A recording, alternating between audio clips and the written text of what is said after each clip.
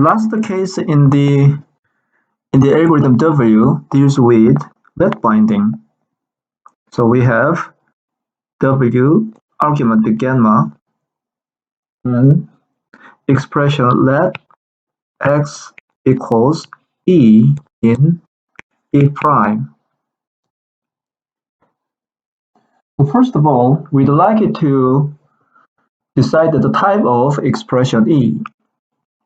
So we make a recursive call to the algorithm W with argument E. So suppose that this recursive call to algorithm W returns type substitution S1 and type A1. And according to the soundness property of the algorithm W, this result means that under typing context, S1 applied to gamma. So S1 is type substitutions, and gamma is the original typing context. Under this modified typing context, expression E has type A1. So we have just discovered the type for this expression E. Now, we have to decide the type to be assigned to this variable x. Of course, one option here is we assign type A1 to variable x, simply because expression E has a type A1. From this typing judgment, expression E has type A1, therefore it's fine to assign the same type A1 to this variable x.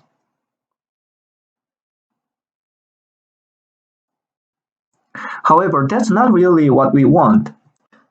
Let's recall the prototypical example where we use this polymorphic identity function really polymorphically in the let binding. So f is applied to first integer 0, and then f is applied to Boolean value true. So if you run this algorithm W on this let binding, from this expression we'll create something like alpha arrow alpha. If you recall the way that algorithm W works on this lambda abstraction. So we introduce fresh type variable alpha, and this lambda abstraction is shown to have a type alpha or alpha. Now, the obvious option we can take here is we assign type alpha or alpha to variable f. But that's a certainly better choice, because later, if we fix the type of variable f to alpha or alpha, later when we type check this lambda application, we find that alpha must be equal to int. But later when we type check the second lambda application, we discover that alpha must be equal to bool. Therefore, we cannot complete the typing derivation, and the type checking fails. So even though we can decide to assign this monotype alpha arrow alpha to variable f, depending on the expression found in this let binding here, this choice might be wrong, failing the whole typing derivation. So here again, we should take the most conservative approach by generalizing this monotype to the most general type. The intuition is, although alpha is fixed, we don't know what concrete type alpha should be instantiated to, so we want to generalize it. So instead of passing this monotype to f, we'd like to generalize it to, we want to generalize this monotype to for all alpha, alpha arrow alpha, and then assign this polytype to this variable f. And then later we can show that both application here and here can type check with a valid type. So this example illustrates that perhaps the type obtained from this expression in this example is going to be expression E. We obtain monotype A1, but we don't want to pass this monotype A1 directly to variable x. We have to generalize it.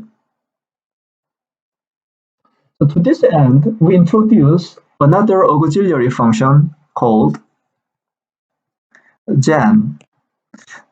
So this auxiliary function gen takes monotype and returns the most general type, usually polytype, from this monotype A. But it turns out that this auxiliary function, should have two arguments. So it has the monotype A and the current typing context, and then it returns the most general type that can be obtained from this monotype A. So essentially what we have is, we have some expression E of type A on the typing context gamma, and then we'd like to apply this generalization rule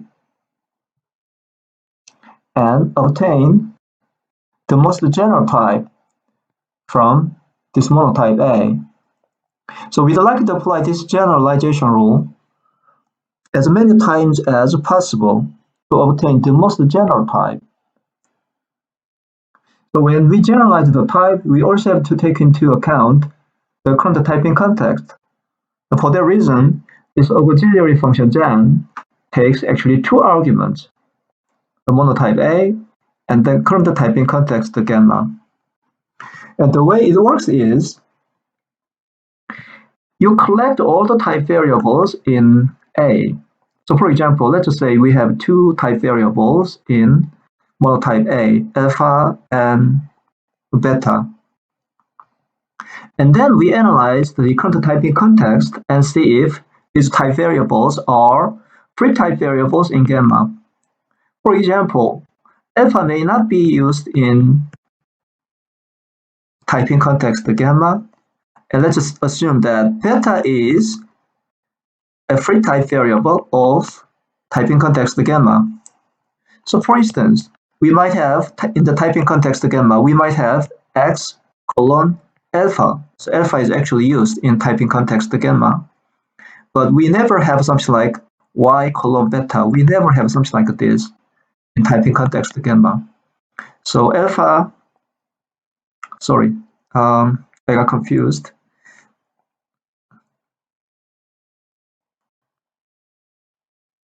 So alpha is a free type variable in gamma, so it is used here, but beta is not used. We never have something like this. In that case, how do we generalize this? So our intuition tells us alpha should not be generalized to polytype because it is fixed. In other words, as an example, let's just say A is alpha arrow beta. Then alpha is already used in typing context gamma, so you don't want to actually generalize it. That is, you don't want to put this type quantifier for all alpha. This doesn't work. This doesn't make sense. The reason is, even though we don't know the concrete type alpha represents, it is fixed. You cannot use this type variable alpha polymorphically. On the other hand, beta is never used in typing context gamma, so we are ready to use this type variable beta polymorphically. So we cannot introduce this type quantifier for all alpha, but we can introduce this type quantifier for all beta. So the result of this generalizing this monotype would be for all beta, alpha arrow beta, which is consistent with our intuitive reading of this type alpha arrow beta under this typing context. So let's see some more examples. First, suppose that we have alpha arrow alpha under empty typing context. So we have something like, under empty typing context, expression E has type alpha arrow alpha. Now, we can apply the generalization rule and then deduce that expression E has for all alpha alpha arrow alpha. So therefore, generalizing is alpha arrow alpha under empty typing context is for all alpha alpha arrow alpha. This is the most general type that you can extract from this monotype. The next example takes the same argument alpha arrow alpha, but this time the typing context is alpha colon alpha. Then what's the result of generalizing? So this situation corresponds to this typing context. We have typing context x colon alpha, and then expression E has type alpha arrow alpha. This time, this type variable alpha and this type variable alpha are identical. So therefore, you cannot actually generalize expression E to this polytype because alpha is fixed. Although we don't know the concrete type this type variable alpha represents, we don't know what it represents, but it is certainly fixed. Therefore, you cannot generalize it with this type quantifier. So the result is you should leave the type as it is. Next, what's the result of generalizing this time alpha arrow beta, where the typing context is x colon alpha. So as we have seen previously, you are not permitted to generalize this type variable alpha because it is fixed, although we don't know what it is. On the other hand, beta can be generalized because it is not bound anywhere in the typing context. So the result is don't introduce for all alpha, okay, but do introduce for all beta. So this is the result. Finally, what happens if both type variables are used in typing context? So for example, we might have x colon alpha, y colon beta. In this case, both type variables are fixed, although we don't know the concrete types they represent. They are certainly fixed. Therefore, you cannot generalize them using type quantifiers. So in other words, you cannot generalize this type alpha or beta with respect to the current typing context. So the result is the same as the argument. So these examples illustrate how this generalization function works. This auxiliary function is just a convenient way of applying this generalization rule from the type system. So go back to the example here. After type checking this lambda x dot x, you obtain something like alpha arrow alpha. And then instead of using this alpha arrow alpha for this variable f, you want to generalize it. So generalize alpha arrow alpha. In this particular example, the current typing context is empty. So you obtain this one. And this generalized type, or the most generalized type from the answer here, will be assigned to this variable f. So that's the basic idea. So from this one, now from the first recursive call to algorithm W, we obtain this typing judgment. Now it's a time to generalize the type A1 here. So for example, A1 could be alpha arrow alpha, and we don't want to use alpha arrow alpha for this variable f. We want to generalize it. So let's generalize the variable x. The variable x is going to have type not A1. We don't want to use alpha arrow alpha. We want to generalize it. So instead, we generalize type A1 with respect to the current typing context S1 applied to gamma. So this is the type to be assigned to variable x. For example, this one. So this is an example of the result here. Now, let's proceed to type checking expression E prime. So expression E prime is type checked under the extended typing context.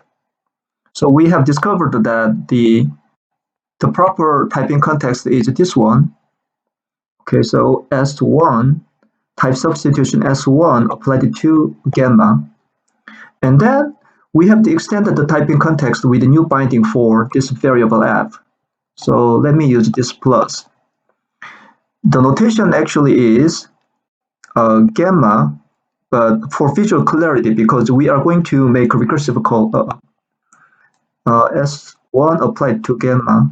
So the notation is actually comma, but for visual clarity, let me just use a plus because we are going to call this algorithm W again, and then we have to separate the second argument with colon again. So if we use a colon here, it's quite confusing. We have no idea which is which.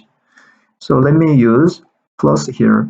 So this is now the extended typing context, and then we type check expression E prime.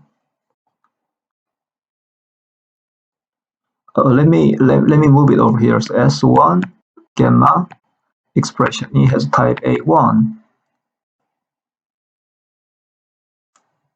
Now suppose that the second recursive call to algorithm W returns S2 type A2. And what that means is that the final type is A2. The A2 is the type assigned to expression E prime. And we have also generated another type substitution S2. So therefore, the final result is we return the type is A2 and type substitution is first S1 and then you apply S2. So we use this composition.